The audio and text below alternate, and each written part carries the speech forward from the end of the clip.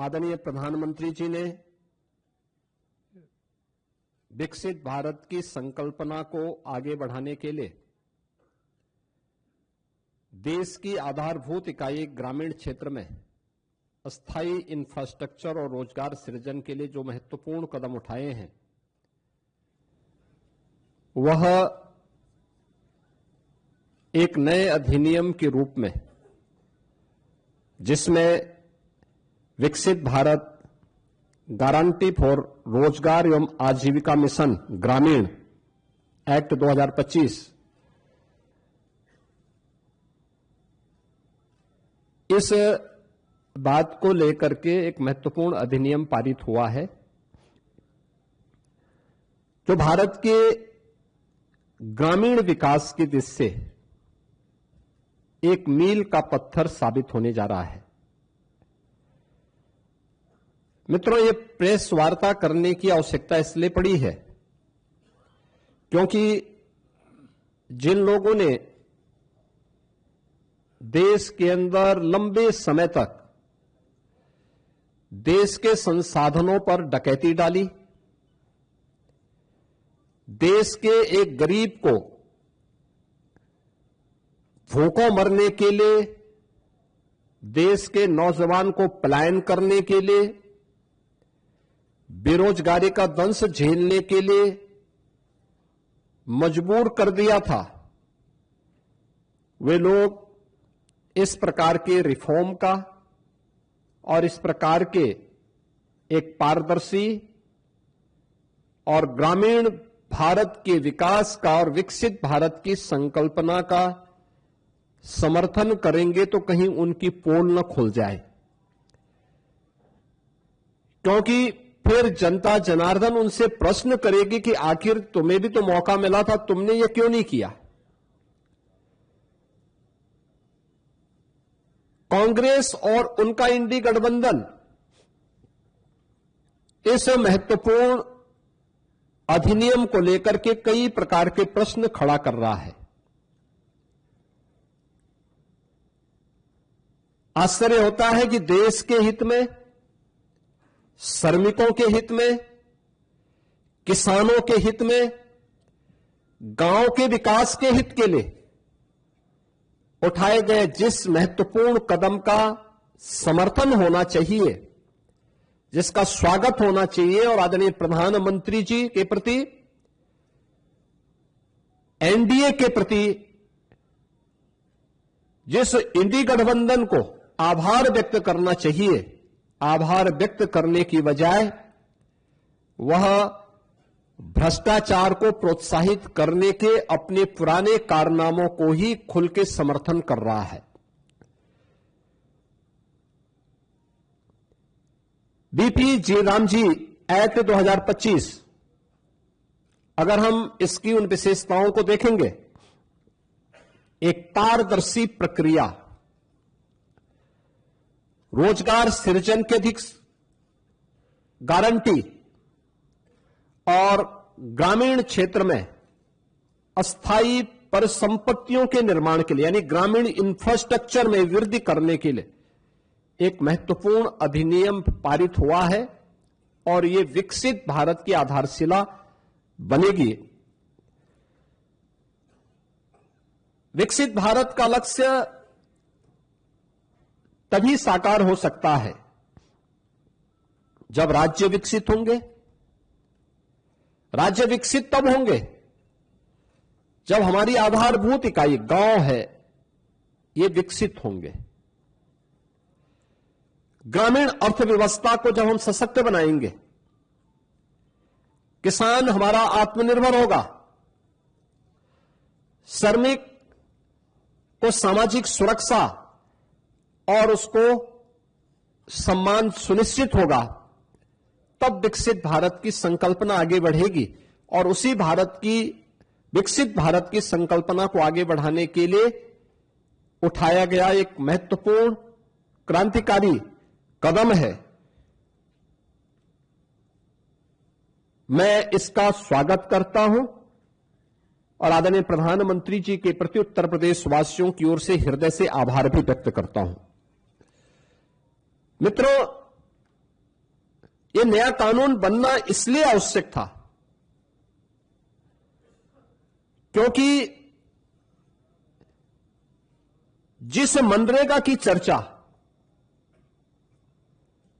कांग्रेस और उसके सहयोगी दल आज ढोल पीट करके कर रहे हैं, हमें उनकी उन विफलताओं की भी चर्चा करनी चाहिए और उसके बारे में भी सोचना चाहिए। खासतौर पर अधूरी और अस्थायी परिसंपत्तियां जिनका कोई दीर्घकालीन लाभ नहीं, फर्जी जॉब कार्ड, फर्जी हाजिरी, भुगतान में कटौती जैसे व्यापक भ्रष्टाचार की शिकायतें हर एक जनपद से और हर ग्राम पंचायत से ये सुनने को मिलती थी। कमजोर सोशल ऑडिट और शिकायत के निवारण की भी कमजोर व्यवस्था, प्रशासनिक क्षमता की बाधाएं, मजदूरी में देरी जैसी समस्याएं इसमें लगातार चलती गई। खेती के मौसम के समय किसानों को मजदूर की संकट देखने को मिलते थे और एक श्रमिक जो ईमानदारी से काम कर रहा है उसको जब उसको काम की आवश्यकता है तब काम की गारंटी नहीं मिल पाती थी, और अगर उसने काम भी किया है तो उसको समय पे भुगतान नहीं होता था। रोजगार सृजन का विकास और अस्थायी परिसंपत्तियों के निर्माण का एक अस्थायी मैकेनिज्म इस योजना से बनाने में पूरी तरह विफल रही हैं, और इसलिए अब नए संशोधन में रोजगार की गारंटी 100 दिन से बढ़ाकर के 125 दिन किया गया है। साप्ताहिक वेतन यानी साप्ताहिक भुगतान होगा। ऐसा नहीं कि महीनों और वर्षों लग रहे हैं, अब हर सप्ताह लेबर ने काम किया तो साप्ताहिक उसे भुगतान होगा, और देरी होगी तो इसका मुआवजा भी देना होगा, यानी उसके लिए अतिरिक्त तो उसको ब्याज देना होगा। समय पर काम नहीं मिलने पर बेरोजगारी भत्ता अब कानूनी अधिकार हो गया है। यानी अगर कोई व्यक्ति कहता साहब मुझे काम चाहिए और काम नहीं दे रही है ग्राम पंचायत, तो उसके बदले में उसको भत्ता की गारंटी होगी। खेती के मौसम में किसानों को मजदूरों की कमी न हो, इसके लिए राज्यों को बुआई और कटाई के समय 60 दिन तक कार्य का विराम देने का अधिकार भी राज्यों को दिया गया है। राज्य तय करेंगे कि कब खेतीबाड़ी का समय है, उस समय मनरेगा के कार्य स्थगित रहेंगे, खेतीबाड़ी के कार्य के लिए लोग पर्याप्त संख्या में लोग मिल पाएंगे, और 125 दिन की गारंटी वर्ष भर में जो भी कार्य करने के इच्छुक हैं उन श्रमिकों को प्राप्त होगा। किसान और मजदूर दोनों के हित इसके माध्यम से सुरक्षित रखने की गारंटी दी गई है। खोदने और भरने वाली कामों पर विराम होने से स्वाभाविक रूप से जिनके हित प्रभावित हो रहे हैं वो चिल्ला रहे हैं, क्योंकि गड्ढा खोदते थे फिर उसको पाटते थे। ये प्रक्रिया अब उनके हित प्रभावित हो रहे हैं तो स्वाभाविक रूप से उनका चिल्लाहट होना स्वाभाविक रहे। अब इसमें 4 श्रेणियां दी गई हैं जिसका निर्धारण ग्राम पंचायत स्वयं तय करेगी। एक, मनरेगा का उपयोग जो पहले होता था वह कोई अस्थायी परिसंपत्ति आप नहीं बना सकते थे, लेकिन अब विकसित भारत जी राम जी के माध्यम से हम अस्थायी संपत्ति का निर्माण कर सकते हैं, और उसके लिए 4 प्रकार के प्रायोरिटीज तय की गई, प्राथमिकताएं जो तय की गई, श्रेणियां। एक, जल संरक्षण के लिए आप देख रहे होंगे ग्रामीण क्षेत्र में या शहरी क्षेत्र में अक्सर आप देखते हैं ग्रामीण क्षेत्र में बहुत सारे ब्लॉक को हमें वहां पर डार्क जोन के रूप में घोषित करना होता है, पानी की मात्रा बहुत नीचे जा चुकी होती है, कोई वहां पे स्थायी व्यवस्था नहीं बन पाती है। आप इस योजना के माध्यम से जो मनरेगा में व्यवस्था नहीं थी, विकसित भारत जी राम जी के माध्यम से गारंटी दी गई है कि वह इसके माध्यम से जल संरक्षण की अस्थायी व्यवस्था क्रिएट कर सकते हैं, यानी रेन वाटर हार्वेस्टिंग की व्यवस्था, चेक डैम की व्यवस्था और उससे जुड़ी हुई अन्य सुविधाओं की को वहां पे गांव में वो क्रिएट कर सकता है। ग्रामीण बुनियादी इंफ्रास्ट्रक्चर के माध्यम से वह इन चीजों को वहां पे विकसित कर सकता है, सड़क, नाली, इन सब का विकास कर सकता है। आजीविका संबंधी इंफ्रास्ट्रक्चर को भी इसके माध्यम से क्रिएट कर सकता है, खेल का मैदान बना सकता है, ओपन जिम का निर्माण कर सकता है। गांव के पास पैसा है, गांव के पास लैंड है, गांव की मार्केट मंडी बना सकता है। गांव में सड़कों पे जहां तहां जो मंडी बनी हुई है उसको हटाकर उसको व्यवस्थित रूप से दुकानें बनवा करके एक अच्छे खाली जगह पर उसको अस्थायी रूप से सड़क से हटा करके एक सिस्टम के साथ जोड़ सकता है, जिससे सुरक्षा की गारंटी उस दुकानदार के पास भी हो जाएगी और साथ साथ गांव के पास एक इनकम का माध्यम भी हो जाएगा। इस प्रकार की उसको भी किया जा सकता है। और प्रतिकूल मौसम घटनाओं से निपटने और आपदा तैयारी हेतु भी विशेष कार्य किए जा सकते हैं, यानी बाढ़ प्रबंधन के लिए गांव से जुड़े हुए छोटे छोटे कार्य हैं, उसके लिए शासन पे उनको निर्भर रहना पड़ता है। अब इसके लिए निर्भरता की आवश्यकता नहीं, ये सारी चीजें वहां पर उपलब्ध। आप इस विकसित भारत जी राम जी की इस स्कीम के माध्यम से इस अधिनियम आपको ये गारंटी दे रहा है। टेक्नोलॉजी को कानूनी अधिकार के रूप में अब शामिल इसके माध्यम से किया गया है। बायोमेट्रिक उपस्थिति, geo tagging, satellite imaginary, real time mobile app monitoring और EI से निगरानी और सीधे डिजिटल भुगतान, यानी अब हाजिरी भरने की औपचारिकताएं नहीं होंगी। अब जो भी होगा बायोमेट्रिक उपस्थिति के माध्यम से होगी, जियो टैगिंग के माध्यम से होगी, सैटेलाइट इमेजनरी के माध्यम से स्थायी परिसंपत्ति का निर्माण हुआ है कि नहीं हुआ है, real time mobile app monitoring भी होगी, EI टूल का भी इस्तेमाल वहां पे हो सकता है और सीधे डिजिटल भुगतान DBT के माध्यम से हम श्रमिक के खाते में सीधे पैसा भेजेंगे, ये इसके माध्यम से होगा। फर्जी नामों पर पैसा उठाने का खेल अब हमेशा के लिए बंद। आपने देखा होगा इससे पहले समाजवादी पार्टी के समय में सोनभद्र में मनरेगा का भयंकर घोटाला हुआ था, CBI की इंक्वायरी उस समय उसकी चल रही है। यह भी उनके समय में लगातार होता रहा है। 6 माह में अनिवार्य सोशल ऑडिट, डिजिटल और समयबद्ध बहुस्तरीय शिकायत निवारण, जिला लोकपाल की व्यवस्था और केक के मानकों के अनुरूप ऑडिट की व्यवस्था भी इसके माध्यम से रहेगी। दूसरा,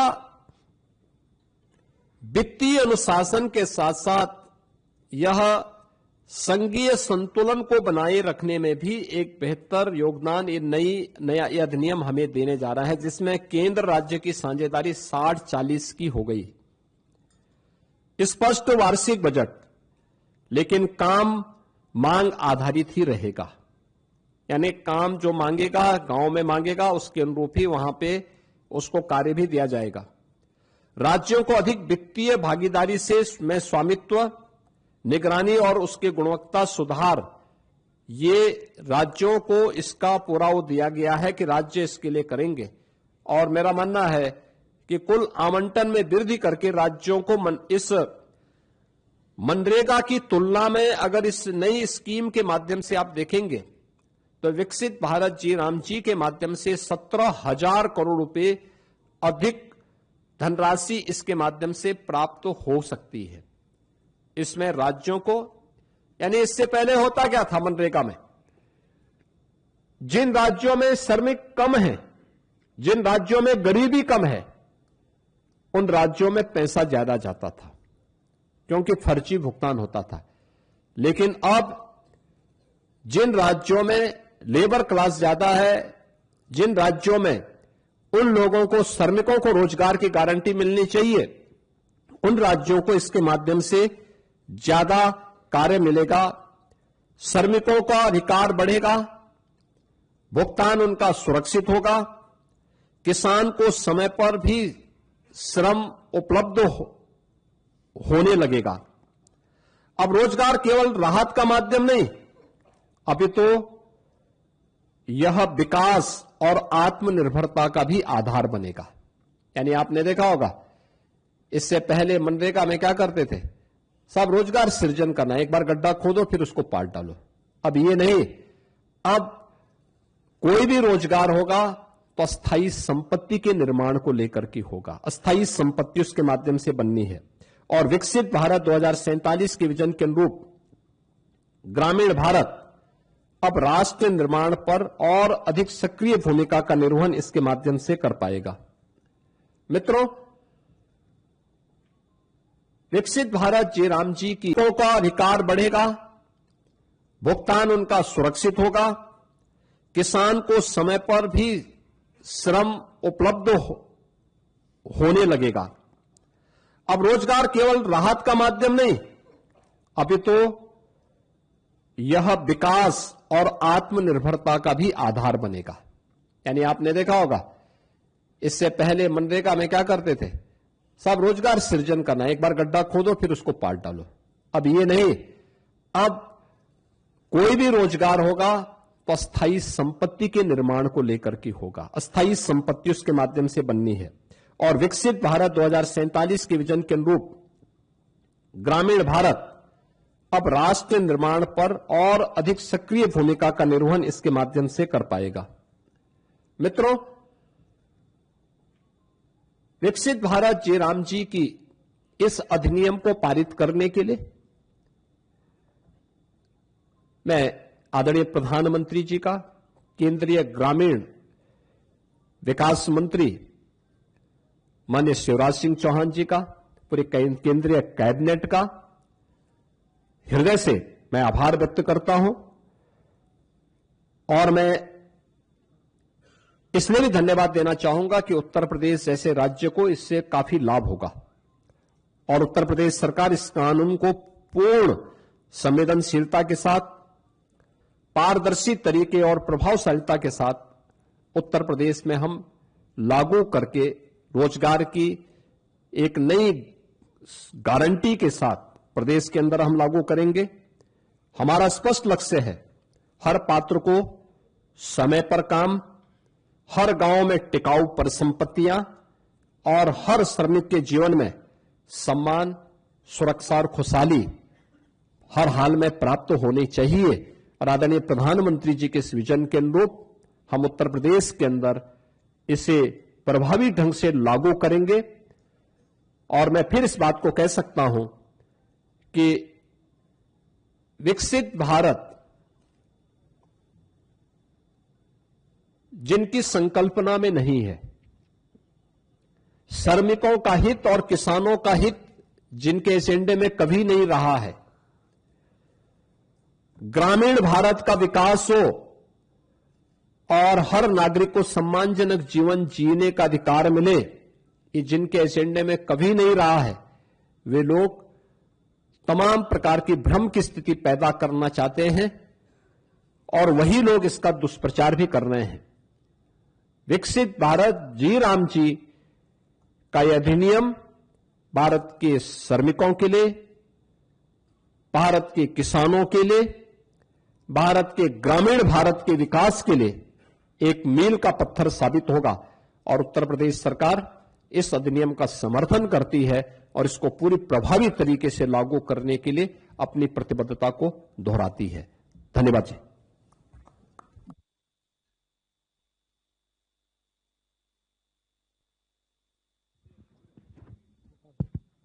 देखिए, उत्तर प्रदेश में 57,600 से अधिक हमारी ग्राम पंचायतें हैं और अगर रेवेन्यू विलेज की बात हम करें तो 1,05,000 से अधिक हमारे पास रेवेन्यू विलेजेज हैं। उत्तर प्रदेश के अंदर आज भी हमारी लगभग 67 से 70% आबादी ग्रामीण क्षेत्र में निवास करती है। उत्तर प्रदेश भारत का फूड बास्केट भी है, तो स्वाभाविक रूप से अन्नदाता किसान और श्रमिकों का बेहतर समन्वय यूपी के अंदर है। खेती के समय श्रम बल खेती के कार्यों को संपादित करने और देश का पेट भरने के लिए अन्न उत्पन्न करेगा।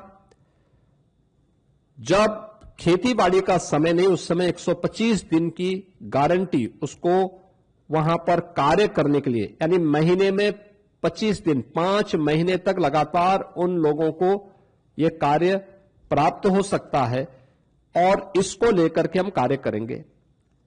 दूसरा, इसके माध्यम से उत्तर प्रदेश के उन श्रमिकों को और कार्य मांगने वाले हर एक उस नागरिक को एक तो अच्छा मानदेय मिल पाएगा, ग्रामीण क्षेत्र के इंफ्रास्ट्रक्चर को डेवलप करने में हमें मदद मिल पाएगी, और गांव के लोग जो हमेशा इस बात की शिकायत करते हैं कि हमें सड़क चाहिए, हमें नाली चाहिए, हमें यहां पे इंटरलॉकिंग का कार्य चाहिए, हमें खेल का मैदान चाहिए, हमें इन कार्यों को करना है।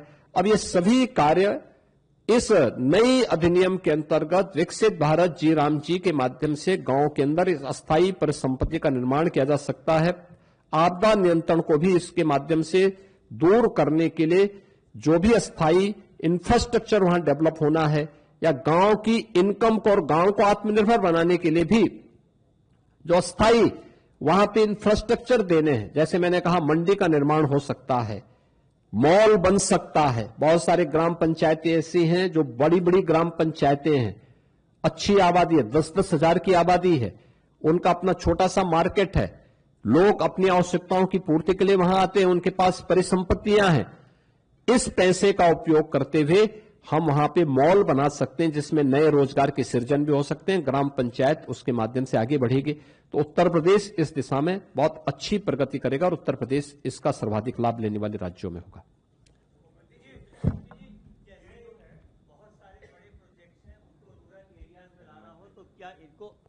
मुख्यमंत्री जी, अगर बड़े प्रोजेक्ट्स हैं उनको रूरल एरियाज में एम्बिशियस ग्रोथ प्लान है उसमें लेके आना हो, तो क्या इसको जी राम जी को आउटसोर्स करेंगे? देखिए, मैं कहा ग्रामीण अर्थव्यवस्था को आगे बढ़ाने के लिए, ग्रामीण इंफ्रास्ट्रक्चर को विकसित करने के लिए, ग्रामीण इंफ्रास्ट्रक्चर और आजीविका को विकसित करने के लिए विकसित भारत जी राम जी का बेहतर उपयोग हो सकता है और इसका हम उपयोग करेंगे।